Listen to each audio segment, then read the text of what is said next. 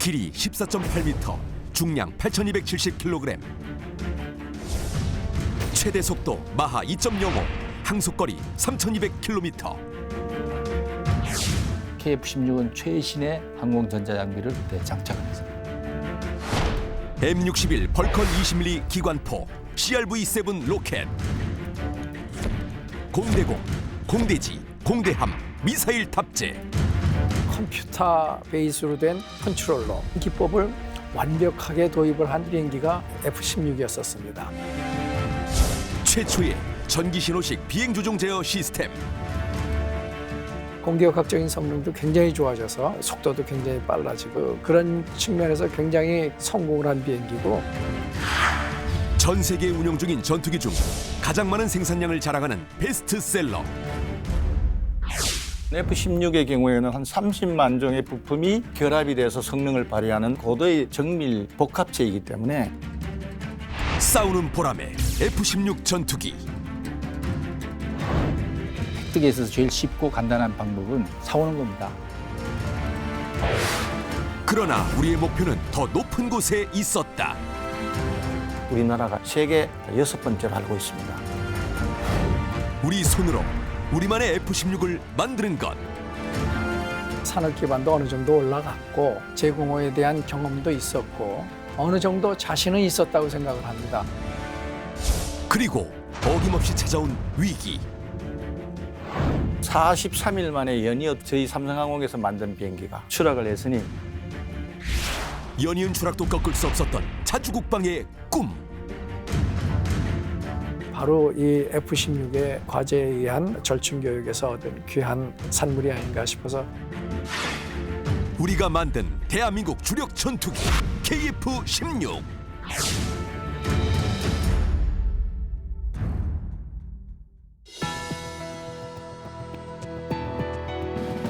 여러분 안녕하십니까? 첨단 고가의 초석, 방위 산업의 라미경입니다. 오늘날 공군 전투기는 무서운 속도로 발전해 가고 있습니다. 각국의 개발 경쟁이 치열해질수록 가장 빠른 전투기, 가장 강한 전투기 순위도 더 자주 바뀌게 되는데요. 수십 년 동안 위리가 바뀌지 않은 분야도 있습니다. 전 세계에서 가장 많이 생산되는 전투기, 바로 F-16이 보유한 타이틀입니다. 우리나라도 F-16을 자체 생산한 바 있는데요. 오늘 한국형 F-16을 제작한 주역들 모시고 생생한 이야기 듣겠습니다. 국가연에서 제3연구개발본부장을 역임하시며 다양한 항공무기 체계 개발을 이끌어오신 조태환 교수 모셨습니다. 안녕하십니까, 조태환입니다. 국방부 항공사업단장을 역임하시며 공군 항공기 개발과 전력 강화 사업을 주도해 오신 이진학 장군 자리하셨습니다. 안녕하십니까, 이진학입니다. 마지막으로 삼성 항공 시절부터 한국항공에 이르기까지 우리나라 항공기 개발과 수출에 이바지해 오신 박재점 부사장님 함께 하시겠습니다. 안녕하십니까, 박재점입니다. 오늘 귀한 시간 함께 해주셔서 고맙습니다. 이진학 장군님. 네. 이제 KFP 사업, 즉 이제 F-16 전투기 기술 도입 생산 사업은 이제 어떤 배경에서 시작됐는지 굉장히 궁금한데요. 특히 도입 기종이 F-16으로 결정되기까지 또 여러 가지 또 우여곡절이 있다고 하는데 어떤 이야기입니까? KP 사업을 이제 시작하게 된 배경을 보면은 일단 그 두 가지의 그 목표가 있습니다. 우선은 우리 공군이 그 당시에 보유하고 있던 F-5A라는 전투기를 한 100여 대, 200대 가까이 가지고 있었는데 F-5A는 1960년대에 개발된 항공기이기 때문에 이미 30년 넘게 사용을 하고 있던 비행기라 가지고 이미 이제 노후화가 되고 도태를 고려해야 될 그런 상황이었습니다. 그리고 비행기 성능 자체도 현대전을 수행하기에는 좀 많이 미흡한 상황이기 때문에 F-5A를 대체하는 문제가 시급하게 대두가 됐습니다. 우리 공군이 가지고 있는 전투기 수명을 30년으로 본다면은 매 10년마다 3분의 1씩 교체를 해줘야 됩니다. 계속적으로. 그래서 소위 전력 증강 사업이라는 것을 10년마다 한 번씩 계속 해줘야 공군의 전력이 유지가 된다 하는 걸 먼저 우리가 이해를 하고 있어야 됩니다. 예. 그래서 그 3분의 1씩 교체하는 그런 그 전투기 사업에서 120대씩 획득 목표로 계속 제시하고 있습니다. 왜 공군이 FX 사업이니 KF 사업이니 120대 있는지 그거는 그런 이유입니다. 3분의 1씩 계속 10년 주기로 바꿔줘야 된다는 의미로 그렇게 사업이 진행되고 있습니다. 또 하나는 앞으로 우리나라도 국산 전투기를 개발해야 되겠다 하는 국가 목표가 있었습니다. 독자적으로 이제 전투기를 개발하려면은 개발 기술이라든가 또 생산 기술, 기체 설계 기술, 무기 체계 들어가는 것, 전자 장비 이런 것들이 전부 국산화되지 않으면 국산 전투기라고 할 수 없죠.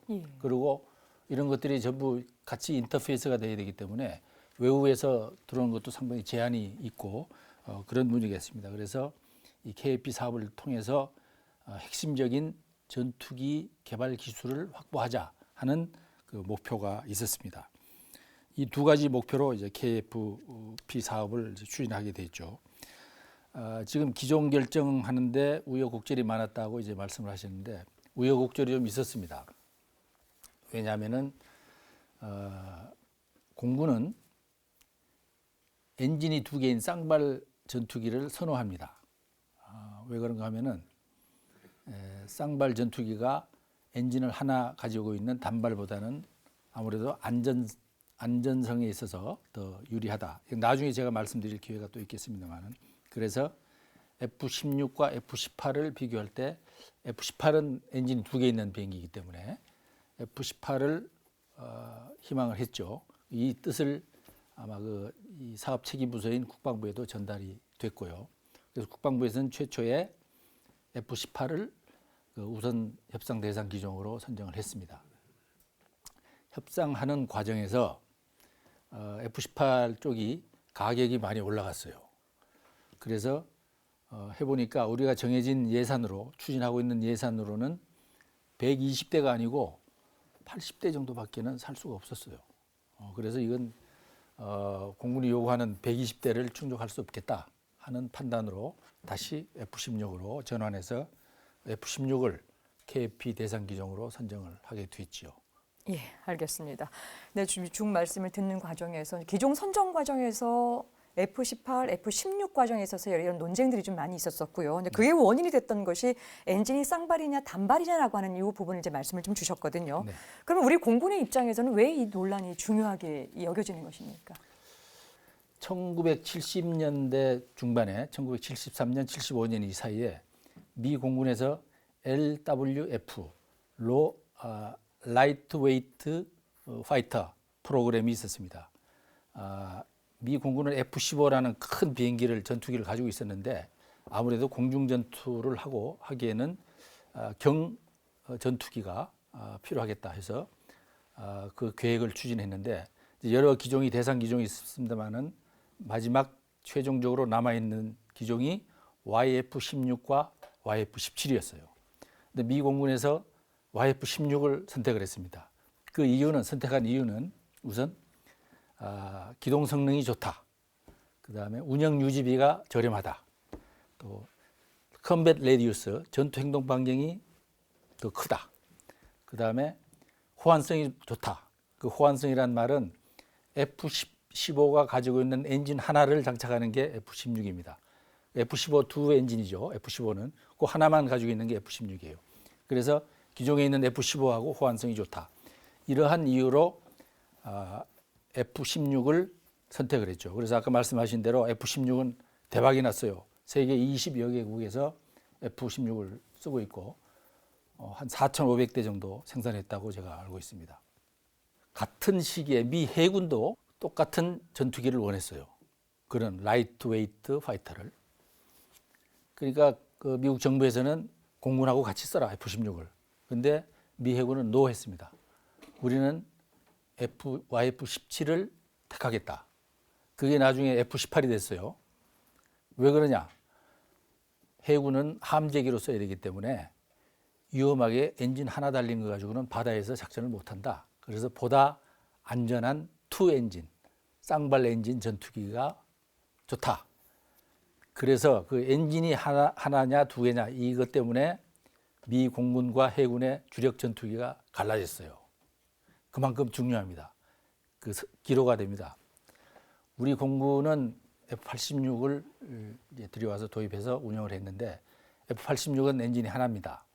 그리고 F-86은 초기에 제작된 최초의 제트 전투기이기 때문에 엔진 기술이 아마 지금보다는 많이 미흡하고 고장이 좀 많이 생기고 또 이미 미 공군에서는 다 도태시키고 폐기시켜서 후속 지원에도 문제가 있고 그래서 사고가 많이 났어요.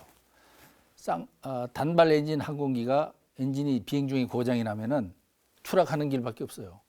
그런 사례가 많았습니다. 저도 직접 목격한 적이 있고 단발 엔진에 대한 그런 그 두려움이 있습니다. 공군은. 그런데 그 이후에 들어온 F-5A, AB, 그다음에 F-5EF, 제공호, 그다음에 팬텀기들은 전부 엔진 2개씩이에요. 엔진이 2개 있는 비행기는 하나가 비행 중에 고장이 나도 나머지 하나로 비행이 가능하고 가까운 기지로 귀환이 됩니다. 그러니까 자동적으로 2개의 엔진을 가진 비행기를 선호하는 이런 그 무드가 전반적으로 공군에 깔려 있습니다. 그래서 우리 KFP 사업할 때도 쌍발 엔진 항공기를 사달라 하는 요구를 했습니다. 그래서 장군님, 이게 쌍발 엔진과 이게 지금 단발 엔진, 그럼 단발 엔진이 무조건적으로 쌍발 엔진보다도 떨어지는 건가요? 아니죠. 이제 그 당시는 엔진의 이제 그 기술이 어느 정도 이제 아주 완벽하지가 못했다고 이제 생각이 되는데 이제 그 이후로 엔진 기술이 발달하면서 거의 엔진 고장률이 제로에 가깝습니다. 그렇기 때문에 이제 더 이상 쌍발이냐 단발이냐 이 논란이 의미가 없어졌어요. 그래서 F-35 같은 건 단발 엔진 항공기입니다. 예, 알겠습니다. 기술의 이 발전과 더불어서 이제 그런 의미가 이제 없다라고 하는 것이 이제 요즘 시점에서 이제 얘기일 텐데 당시 또 돌아가 보면은 그 당시에는 또 안전성이나 이런 부분들 때문에 또 상당히 이걸 또 선호했을 것 같다는 생각도 같습니다. 조 교수님, 네네. 이제 이렇게 이제 F-16에 대해서 일반 시청자들도 그렇고 뭐 이게 뭐 군내 직접적인 관련이 없는 사람이라도 이제 많이 익숙한 이제 이름인데요. 네네. 정확히 어떤 이력과 성능을 가졌는지 궁금합니다. 네, F-16 전투기라고 하는 것은 지금은 이제 락히드 항공사로 이렇게 편입이 됐는데 그 당시에 개발할 때는 제너럴 다이나믹스라고 하는 텍사스 포트워스라고 하는 곳에 이렇게 기지를 공장을 둔 그런 항공회사에서 개발한 항공기입니다. 그리고 그 당시에 미 공군에서 요구한 것이 굉장히 기동이 빠를 수 있는 그런 비행기에 대한 요구가 나왔었습니다. 고성능 경전투기에 대한 개발이라고 하는 그런 프로그램이 미국에 있었고 그 당시에 이제 노스롭하고 경쟁을 해서 YF-17, YF-16 이렇게 이제 두 가지로 경쟁을 하다가 이 제너럴 다이나믹스가 이기도록 돼 있는데 이기도록 돼 있는 데는 이유가 있었습니다. 그냥 정치적으로 한 것이 아니고 그 당시 학계에서 막 개발이 돼서 막 화제가 되기 시작했던 CCV라고 하는 기법이 있습니다. 이게 이제 영어로는 Control Configured Vehicle이라고 하는데 이것은 근본적으로 항공기가 설계될 때 많은 항공기들은 정적으로 안정하게 만들어줍니다. 정적으로 안정하다는 비행기는 뭐냐면 조종사가 조종을 하지 않더라도 비행기 외부에서 교란이 들어오면 약간 흔들리다가 조종사가 건드리지 않았는데도 불구하고 교란이 없어지면 다시 원래 안정한 자세로 돌아오게 되는 것이 정적으로 안정한 비행기인데 모든 항공기들은 대부분 이런 정적으로 안정하게 만듭니다. 특히 여객기 같은 아주 많은 인원을 수송하는 비행기들은 아주 정적으로 굉장히 안정하지요. 그러나 문제가 되는 것은 빠른 기동을 할 때는 이 정적으로 안정한 비행기는 약간의 좀 부족함이 있습니다. 그래서 고기동을 원하는 비행기들은 안정성을 점점 줄여서 대신 그 안정성이 줄어들면 기동성이 늘어나게 되는데 고기동의 비행기를 만들기 위해서 안정성을 줄이기 시작을 했는데 특별히 이 F-16이라는 비행기는 안정성을 아예 줄여서 정적으로 불안정하게 만들었습니다. 그래놓고 정적으로 불안정해서 나타나는 위험한 요소는 그 당시 막 개발하기 시작한 컴퓨터 베이스로 된 그 컨트롤러 완전히 불안하게 가게 되면 사람이 반응하기 전에 컴퓨터가 안정하게 만들어주는 그런 기법을 완벽하게 도입을 한 첫 번째 비행기가 이 F-16이었었습니다. 그래서 미 공군에서 요구했던 고기동의 기동성도 만족시키면서 안정성은 컴퓨터에 의해서 보장하는 그런 비행기로 개발하게 되었고, 그것이 아주 크게 전 세계에서 각광을 받는 그런 비행기가 되도록 돼 있었습니다. 근데 그걸 하기 위해서는 그냥 컴퓨터만 옆에다 놓으면 되는 것이 아니라 fly by wire라고 하는 기법, 즉 다시 말하면 컴퓨터가 조종을 해서, 그전에는 조종사가 조종을 하면 그 하이드롤릭 시스템이나 뭐 이런 것들에 의해서 컨트롤 서페이스가 이렇게 움직이고 그랬는데, 이제는 컴퓨터에 의해서 라인에 그 전선에 의해 가지고 전기 모터에 의해서 모든 컨트롤이 되는 그러한 기법을 완벽하게 적용을 한 첫 번째 비행기로서 아주 유명합니다. 이것이 개발될 때. 그리고 또 한 가지가 또 큰 게 있었는데, 하나는 비행기 형상을 블렌디드 윙이라고 하는 그런 기법을 썼습니다. 블렌디드 윙이라고 하는 것은 뭐냐면, 비행기는 대부분 이렇게 단면이 동그랗게 되어 있는 그 원형의 동체에다가 직선으로 되어 있는 날개를 붙이도록 되어 있고, 붙는 부분이 불연속점이 나타나도록 되어 있습니다.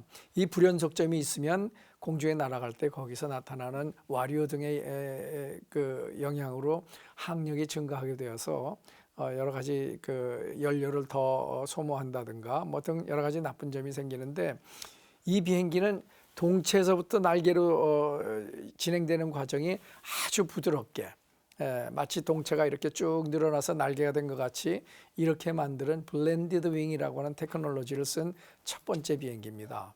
이것 때문에 비행기도 아주 컴팩트해지고 그 속에 공간도 많아져서 연료도 더 많이 싣게 되었고, 공기역학적인 성능도 굉장히 좋아져서 속도도 굉장히 빨라지고 한 아주 그런 측면에서 굉장히 그 성공을 한 비행기고, 이 비행기는 한 4,500여 대가 생산이 되는 자유진영에서는 굉장히 그 각광을 받던 그런 비행기 중에 하나고, 현재 한 25개국에서 지금도 사용을 하고 있고요. 우리나라도 지금 이 비행기 많이 가지고 있습니다. 지금은 우리나라 공군의 주력 전투기가 F-16인 것으로 이렇게 되어 있습니다. 이상입니다. 예, 말씀 잘 들었습니다. 다양한 이력과 이제 성능도 말씀해 주셨기 때문에 25개국에서 지금 4,500대 정도 지금 이제 네. 배치를 하고 있는데요. 굉장히 인상 깊게 되었던 것이 이제 블렌디드 윙해서 아주 곡선 처리가 돼서 공기 저항을 이렇게 아주 줄여주었습니다. 네. 이런 좀 특이한 점도 있었습니다. 이제 결국 이제 F-16의 국내 생산을 맡은 업체가 바로 이제 삼성항공인데요. 우리 박세전 부장님께 여쭤볼게요.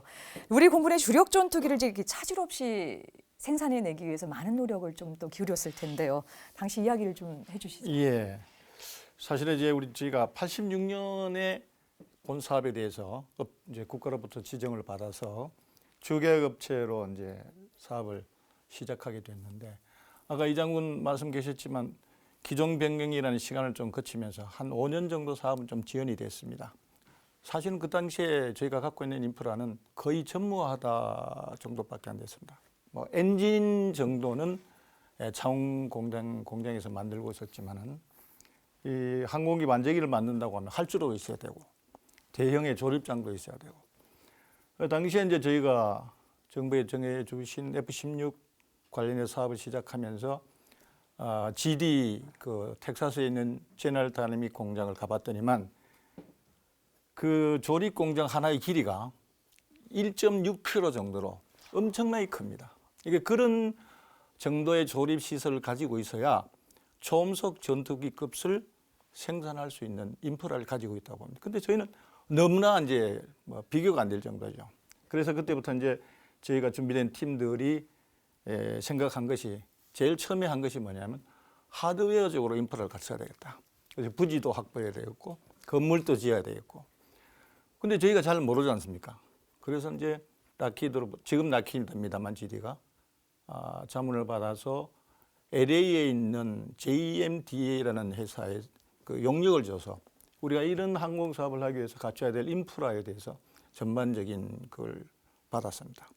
컨설팅을 받아보니까 한 75만 평의 부지를 가지고 있어야 되고, 그 안에 들어가는 기본적인 시설이 뭐 좀 다르긴 하겠지만 메인 조립장을 비롯해서 시험장 해서 한 13개의 건물 해서 엄청난 그런 걸 했습니다. 그러나 저희는 그 당시에 항공 사업을 적극적으로 그룹 차원에서 해볼 생각을 가지고 투자를 시작했습니다.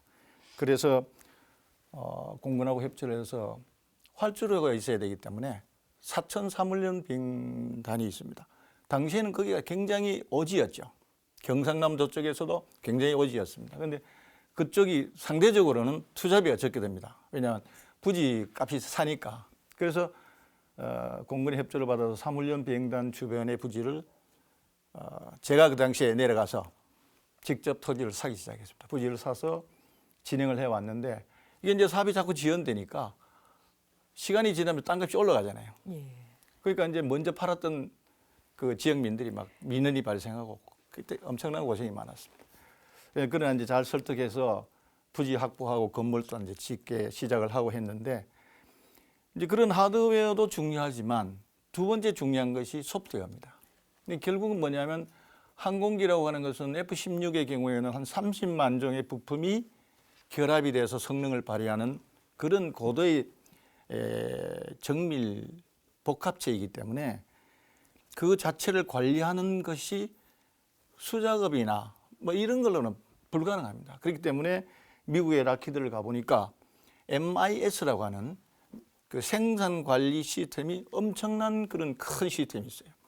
우리나라에서는 비교가 안 될 정도로 큽니다. 그래서 그런 그 시스템을 저희가 170억의 별도의 돈을 주고 인력을 한 455 몇만 서 정도 투입을 해서 삼성 에어로스페이스 매니팩처링 인포메이션 시스템이라고 하는 별도의 시스템을 3년에 걸쳐서 만들었어요.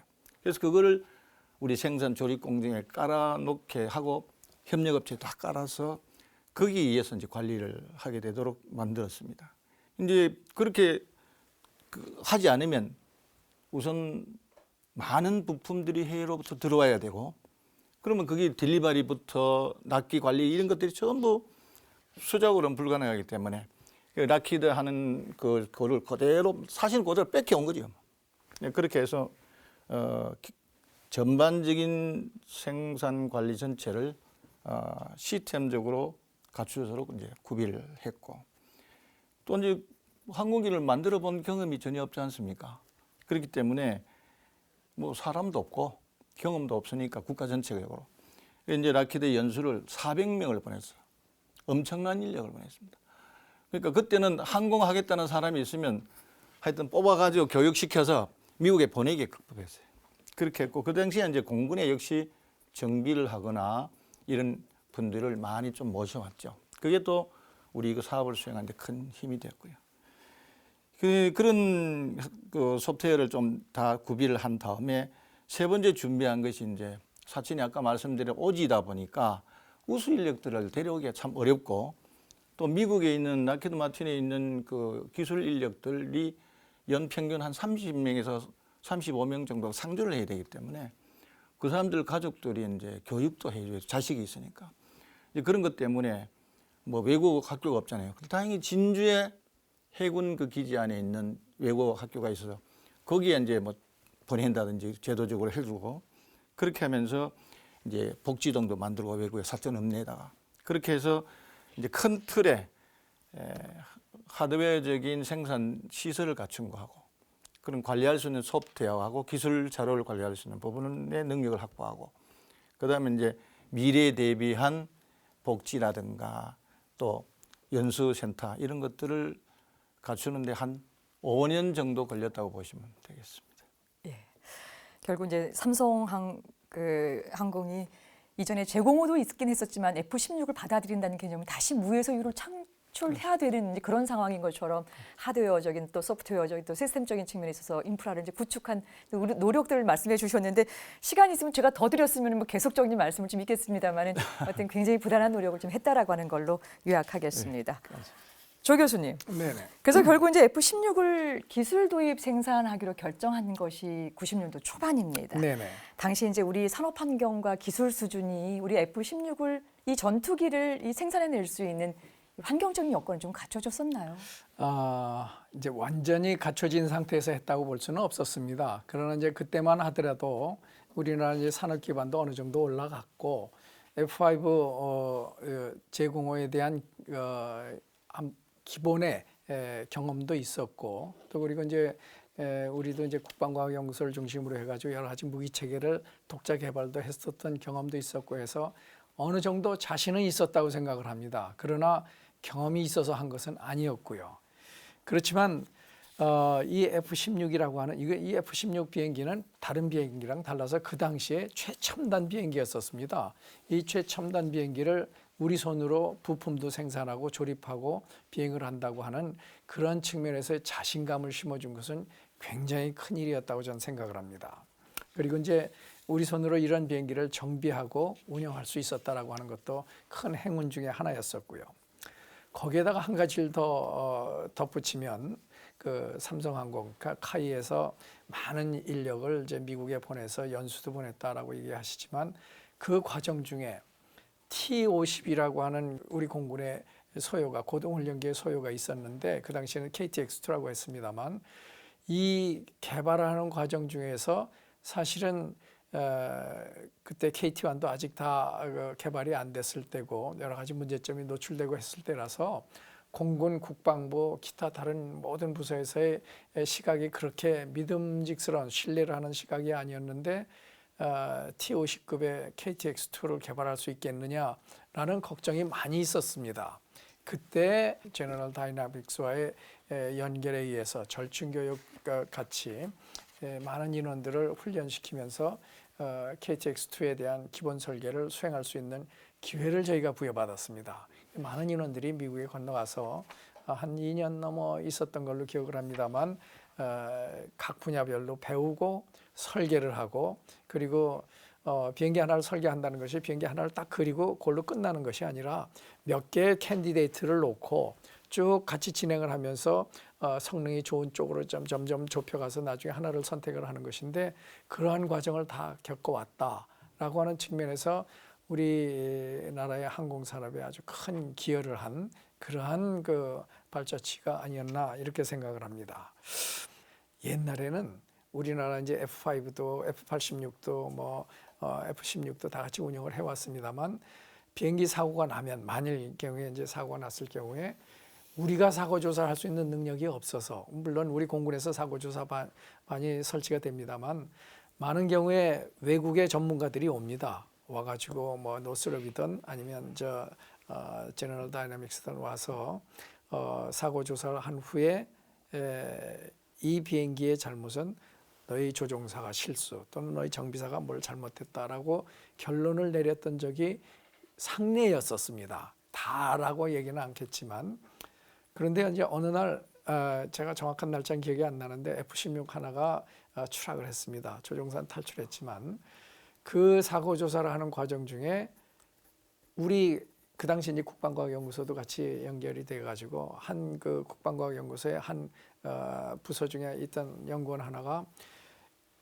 F-16에 있는 엔진 부품 중에 어느 하나가 부식이 되어서 잘못 제작이 되어서 부식이 되어서 이런 사고가 났다라고 하는 것을 밝혔습니다.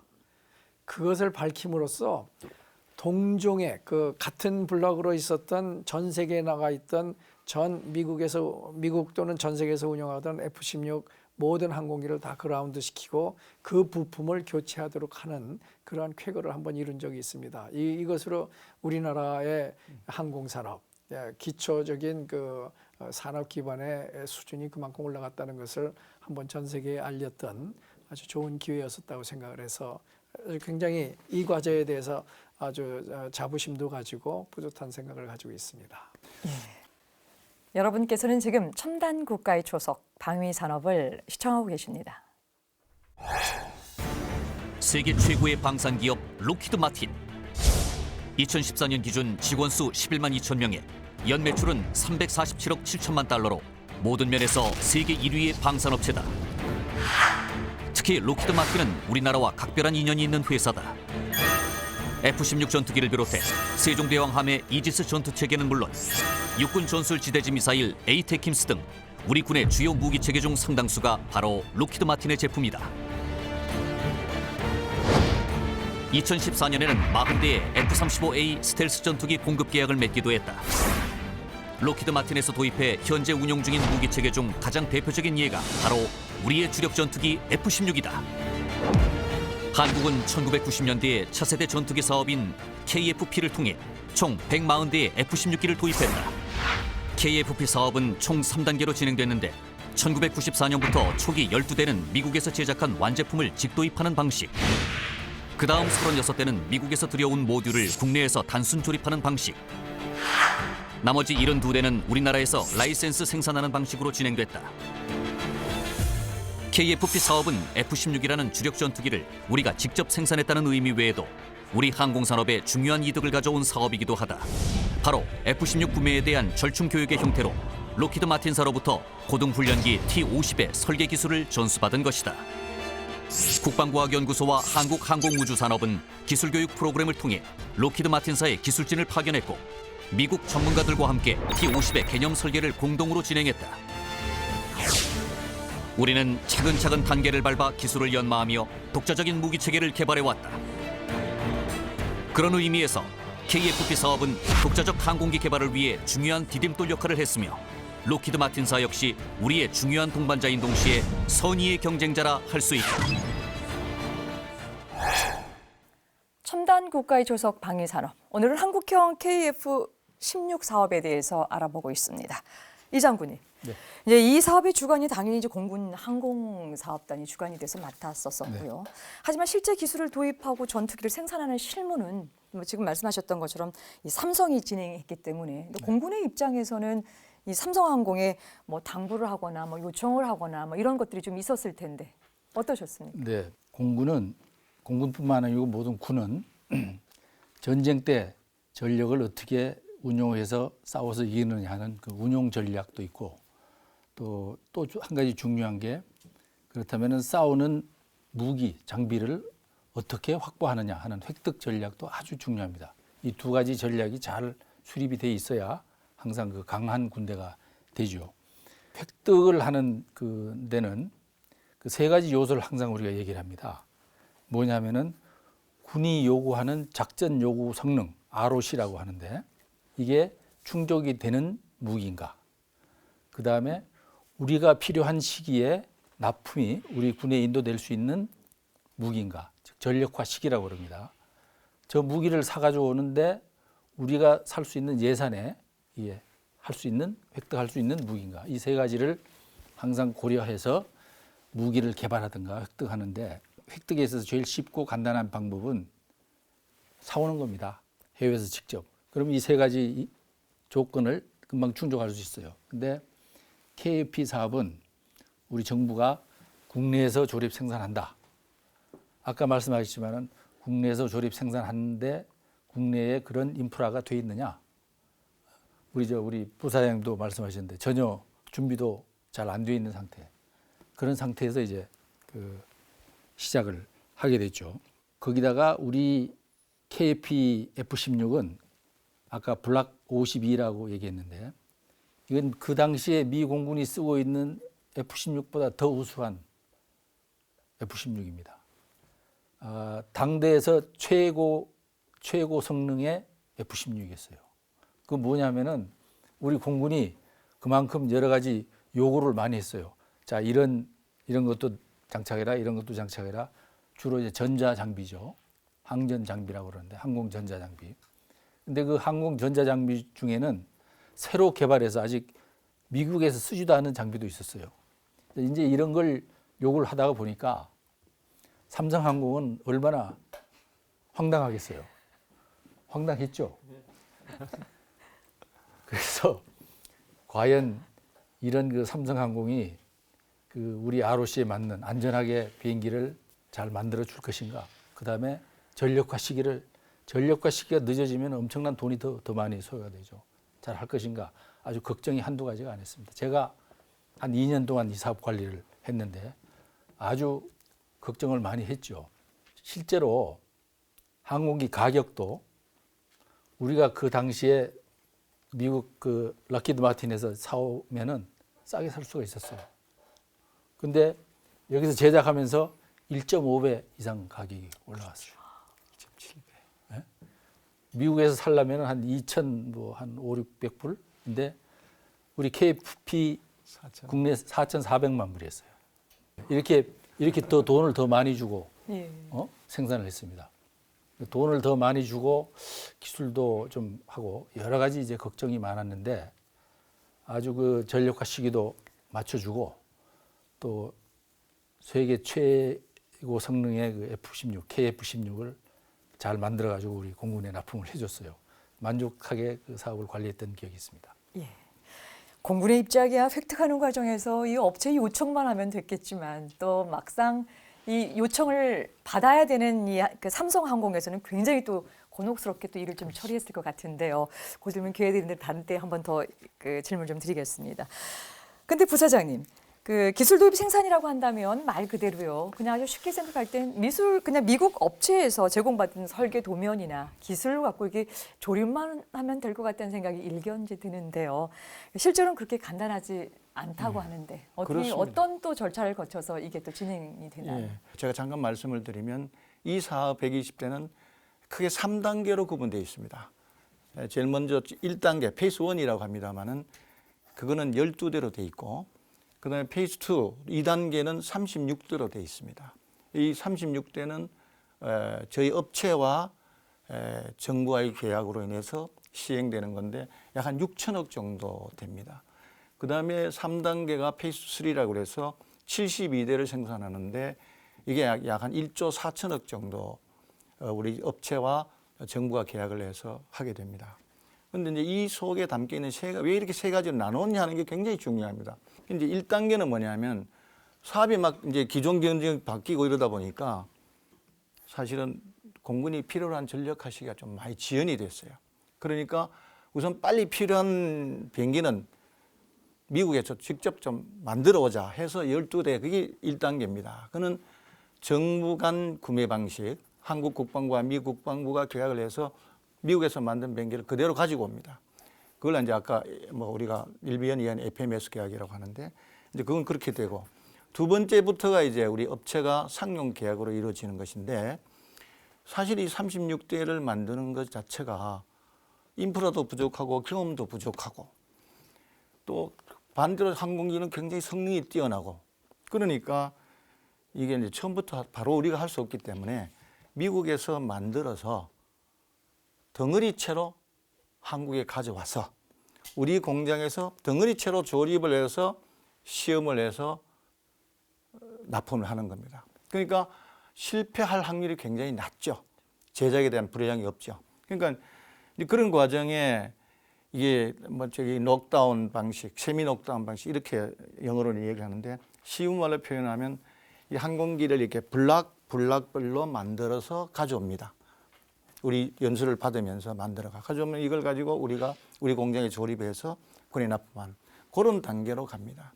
그다음에 세 번째 단계가 이제 국산화, 국내에서 대한항공이나 대우중공업 협력업체들이 만들고 있는 각종 계획된 부품들을 다 만들어 와서 해외 구매품하고 합쳐서 이제 만드는 명실상부한 우리 스스로 만든 F-16이 됩니다. 그래서 그게 72대입니다.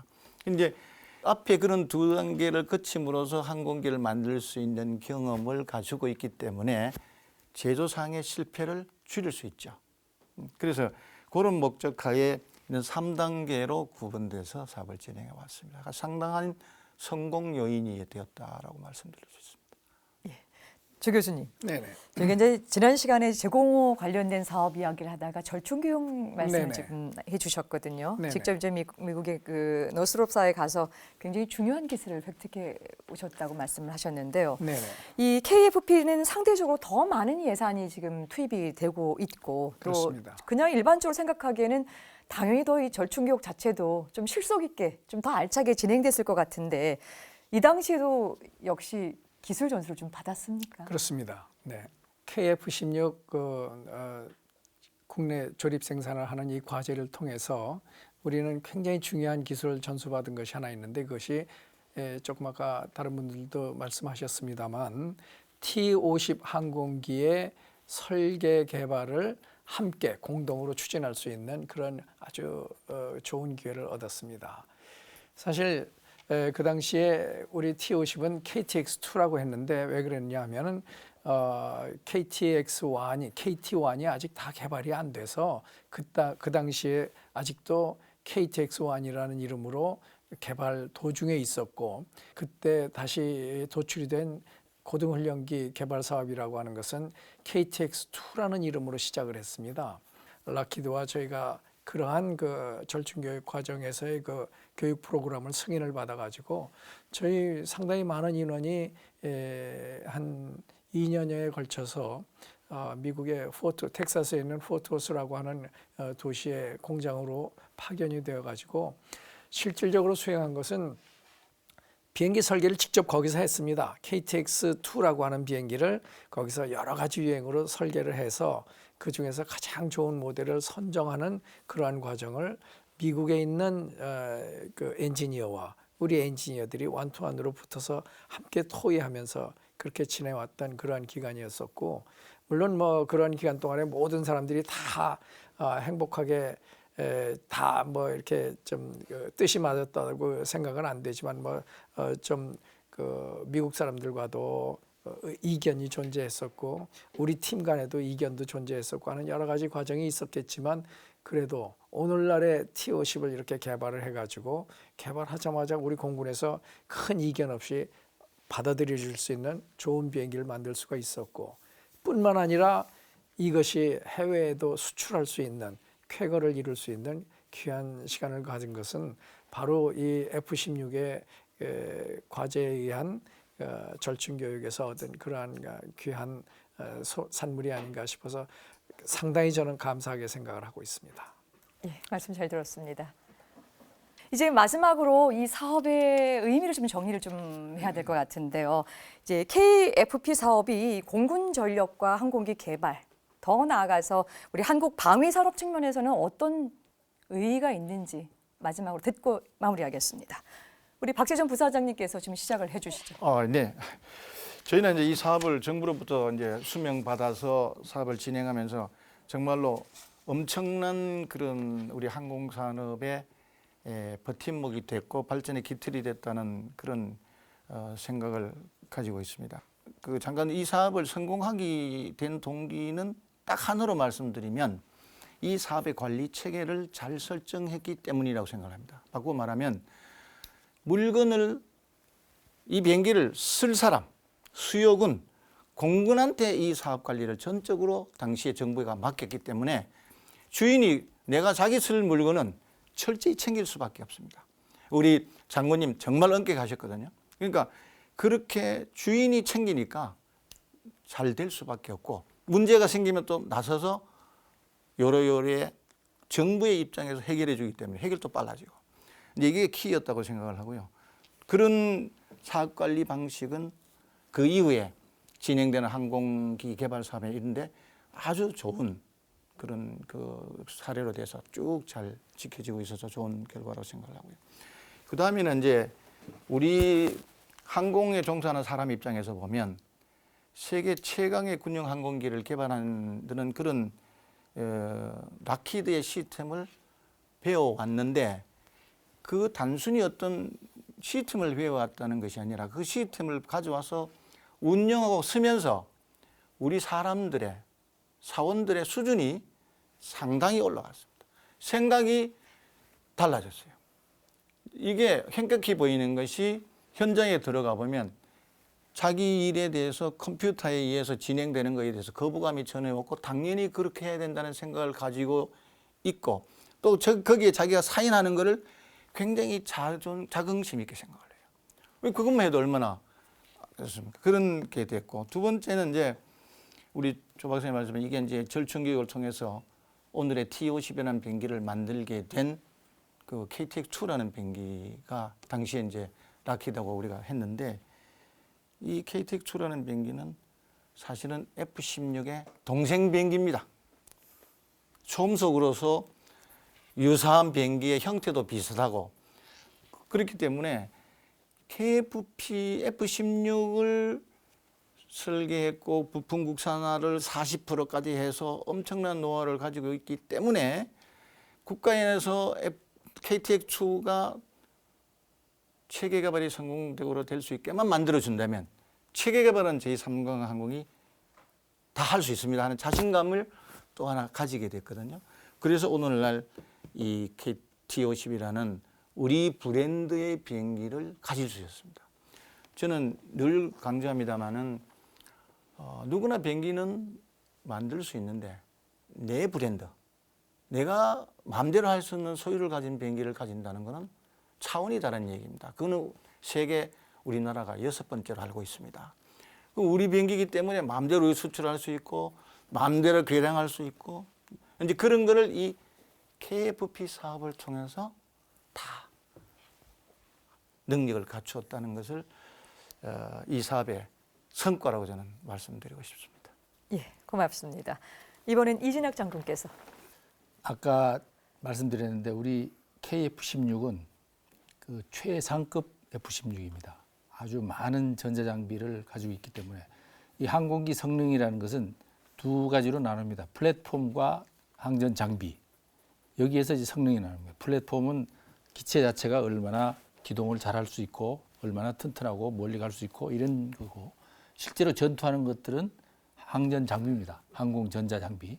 이 항공 전자 장비가 전투를 하는 거죠. 이 성능이라고 할 수 있는데 우리 KF-16은 최신의 항공 전자 장비를 그때 장착을 해서 미 공군보다도 더 우수한 그 KF-16을 이제 갖게 됐습니다. KF-16을 가지기 전에는 우리가 전력적으로 항상 경계를 해야 되는 북한 공군에 비해서 열세라고 판단을 하고 있었는데 단번에 만회하는 그런 기회가 바뀌지 않느냐, 전력의 비유가 그렇게 생각을 하고, 또 한 가지는 이게 이제 부수적인 얘기지만 우리 KF-16 120대를 확보하면서 우리 공군은 새로운 마음으로 아주 커다란 비행장을 새로 만들고 모든 시설을 새로 하고 장비도 새로 갖추고 그렇게 그 비행단을 새로 만들어서 새로운 비행장에서 그렇게 새로 출발했습니다. 아주 전력 증강의 커다란 전환을 이룬 그런 그 사업이었습니다. 예, 감사합니다. 마지막으로 조태환 교수께서. 네네. 저는 이제 제가 항공을 전공을 했고 이것저것에 가서 항공에 관련된 얘기를 할 기회가 몇 번 있었는데 그때 무슨 얘기를 할까 하다가 항상 제가 빼놓지 않고 하는 얘기 중에 하나가 우리가 왜 이 어려운 항공 산업을 할까? 왜 해야만 되었을까? 이렇게 모두를 떼고 이제 얘기를 몇 번 했었습니다. 지금도 똑같은데 사실은 이 F-16 굉장히 어렵고 비싸고 정말 힘든 산업입니다. F-16을 우리가 우리 손으로 만들어서 이거 가지고 큰 돈을 벌거나 경제적인 이득을 얻기는 참 어려운 그런 그 아이템입니다. 그래도 이걸 할 수밖에 없는 것은 단 한 가지 이유밖에 없습니다.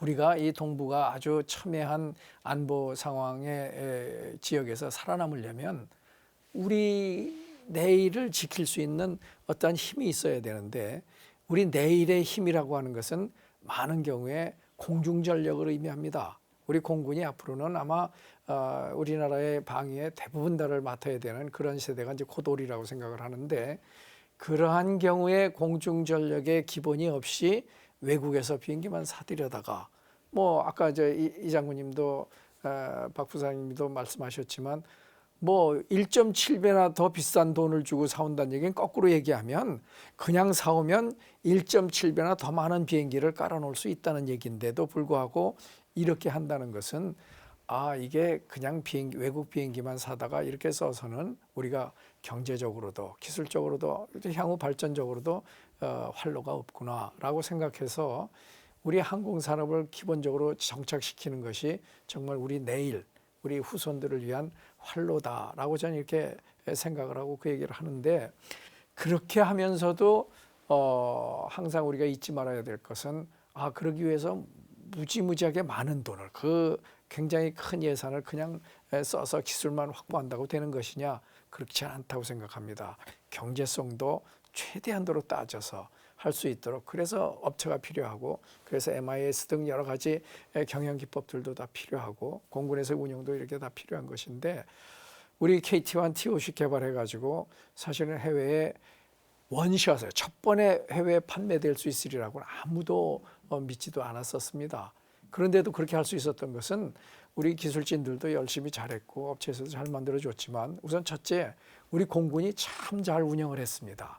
KT-1 얼마 전에 30만 시간 무사고 비행에 대한 금자탑도 세웠고 T-50도 뭐 만든 지 얼마 안 돼서 해외에 이런 전투기급의 항공기를 우리나라 같은 데서 첫 번째 만든 것인데도 불구하고 해외에 팔 수 있었던 것은 물론 국가와 국가 간의 여러 가지 딜도 물론 있었겠지만 그거보다는 더욱더 우리 공군에서 운영하고 있는 이 항공기의 안정성, 우수성을 세계에서 인정했다라고 저는 이렇게 생각을 합니다. 그런 측면에서 우리는 큰 희망이 있고 빛이 있는 그러한 곳이고 거기에 F-16이라고 하는 KF-16이라고 하는 이 프로그램이 아주 결정적인 도움을 주지 않았나 이렇게 생각을 해서 정말 감사하게 생각을 합니다. 네, 오늘 세 분 말씀 잘 들었습니다. 첨단 국가의 초석 방위산업 오늘 준비한 것은 여기까지입니다. 다음 시간부터는 우리의 자랑스러운 초음속 공군 항공기 T-50 개발사에 대해서 알아보겠습니다. 끝까지 함께해 주셔서 고맙습니다.